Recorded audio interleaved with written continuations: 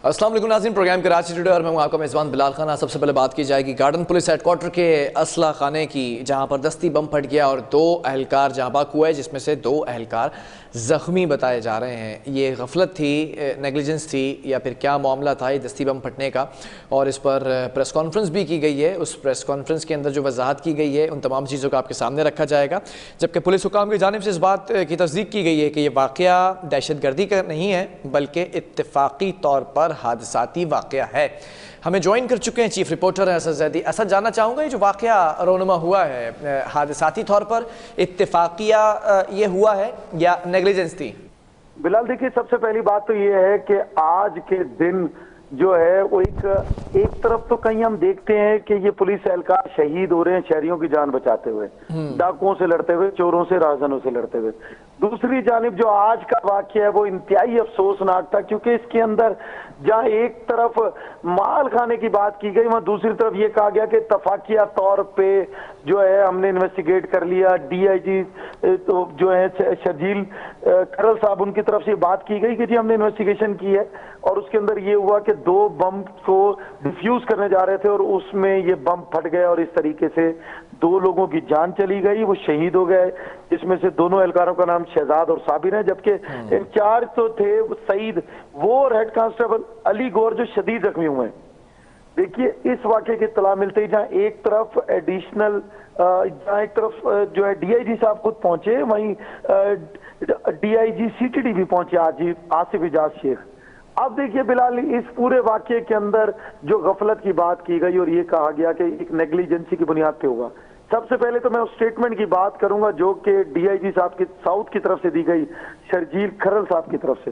वो कहते हैं कि हमारे माल खाने में हालिया बारिशों की वजह से बहुत पानी जमा था, और उस पानी के जमा होने के बाद जब बारिशें कम हुई, पानी उतरा, तो माल खाने की सफाई की जा रही थी, और उस दौरान ये बम ले जाए जा रहे थे जो कि केस प्रॉपर्टी थे डिफ्यूज करने के लिए। ठीक है। सबसे पहली बात तो ये कि एक तरफ जो है 2 लोगों की जान चली गई और उनके प्यारे अब उनको दफना चुके। दूसरी तरफ 2 लोग शदीद जख्मी हैं। तीसरी तरफ एक ऐसी स्टेटमेंट सामने आती है जिसके अंदर खुद पुलिस की नेग्लिजेंसी दिखाई देती है।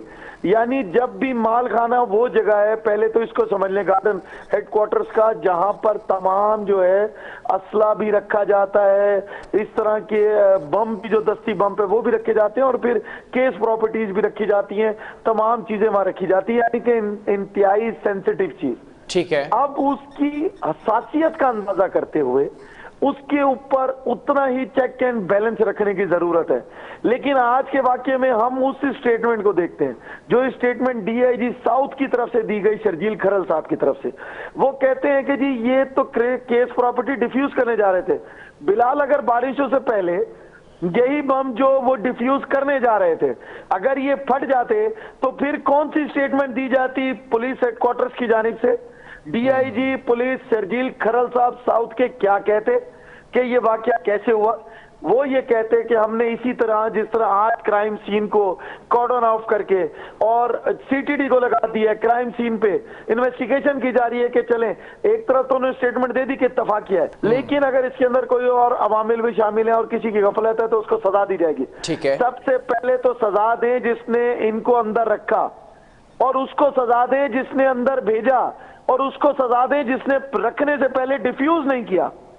एक प्रॉपर पॉलिसी है कि जब भी माल खाने में कोई चीज जमा होगी तो उसको प्रॉपर तौर पे सील्ड करके केस प्रॉपर्टी को रखा जाएगा, ताकि शवाहिद जो हैं वो मुकम्मल तौर पे महफूज रहें। लेकिन इस वाक्य में हम देखते हैं कि वो डिफ्यूज करने बाद में जा रहे हैं, तो इसका मतलब ये है कि इससे पहले का जो अमल है वो पूरा नहीं किया गया, इनको डिफ्यूज नहीं किया गया, और डिफ्यूज ना करने वाले की गफलत से आज 2 लोग शहीद हो गए पुलिस के जवान और 2 लोग शदीद जख्मी हैं। ठीक है। देखिए, कराची शहर में जहां एक तरफ यही पुलिस हमें सड़कों पर शहीद होती दिखाई देती है, तो हम ये कहते हैं कि अपनी फर्ज की खातिर ये शहीद होते हैं। हाँ, ये जवान, हाँ हमारी रेंजर्स के जवान, हाँ हमारी फौज के जवान, और अभी हालिया वाकया भी कि लोगों की जान बचाते हुए किस तरीके से आर्मी के आला अफसरान जो है वो शहीद हो गए। ये उसकी मिसाल कहीं नहीं मिलती पाकिस्तान में। ठीक है। इसको अच्छा, कहते हैं टेक्निकली तौर पे ये जो वतनी। केस प्रॉपर्टी के लिए बम डिफ्यूज करने के लिए लेके जा रहे थे, होना क्या चाहिए? पहले से चीजों को डिफ्यूज किया जाता है, क्या किया जाता है माल खाने के अंदर जो बारूदी मवाद रखा हुआ होता है? जी देखिए बिलाल, सबसे पहले उसका एक प्रोसीजर है। सबसे पहली बात तो है कि जज्बा हुब्बुल वतनी को कहीं आप लेकर नहीं जा सकते, जिसकी वजह से ये शहादतें हो रही हैं। आप कर लीजिए दूसरी बात जो आपने कही। देखिए सबसे पहले अगर ये जो केस प्रॉपर्टी है जिस केस में आई होगी तो उसकी आईओ ने रिसीव किए होंगे, ये बरामद हुए होंगे कहीं से, फिर उसके बाद उस एसएचओ साहब ने एफआईआर काटी होगी, फिर ये आईओ को हैंडओवर हुए होंगे।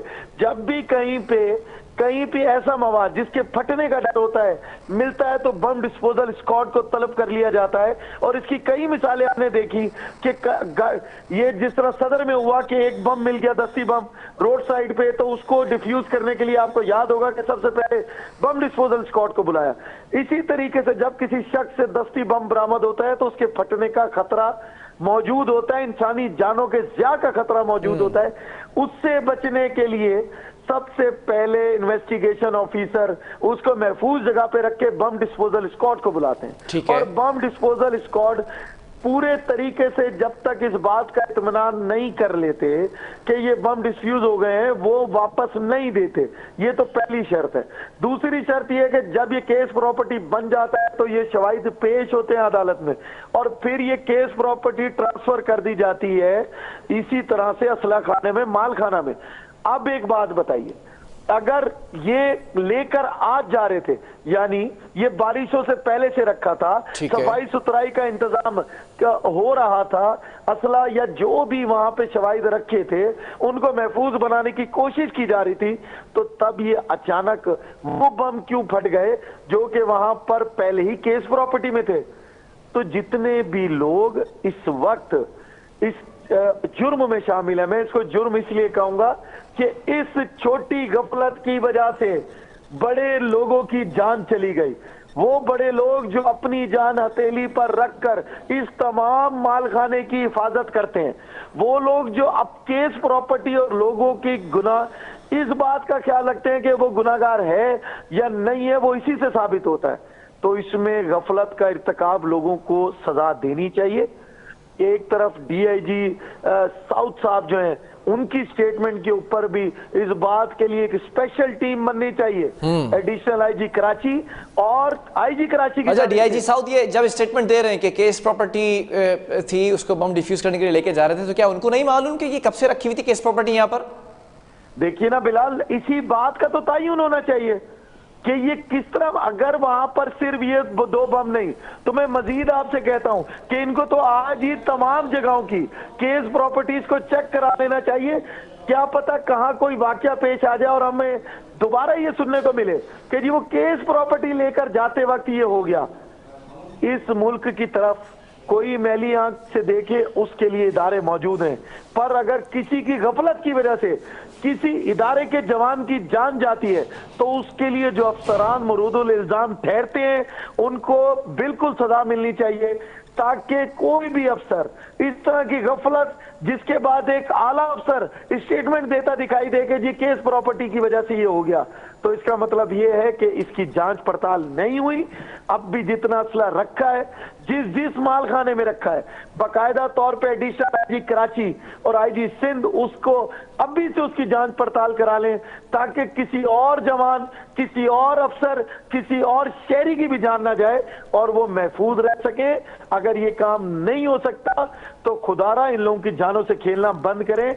ये लोग अपने मुल्क पे कुर्बान होने आए, ये लोग इस तरह के से अपनी जानें जाया करने के लिए पैदा नहीं हुए। बिलाल ठीक है सर, बहुत शुक्रिया इस हवाले से अपडेट करने के लिए। इब्तदाई तौर पर जो इन्वेस्टिगेशन की गई उसमें बताया गया कि केस प्रॉपर्टी में रखा गया ये जो दस्ती बम है ये फट गया और जिसके नतीजे में 2 अफराद जाँबाक हुए हैं और 2 ज़ख्मी बताए जा रहे हैं। लेकिन टेक्निकली क्वेश्चन है कि अगर केस प्रॉपर्टी के अंदर रखा हुआ था तो पहले से इस बम को डिफ्यूज़ क्यों नहीं किया गया था? मालखाना है, यहाँ पर तमाम चीज़ें रखी जाती हैं, केस प्रॉपर्टीज़ भी रखी जाती हैं।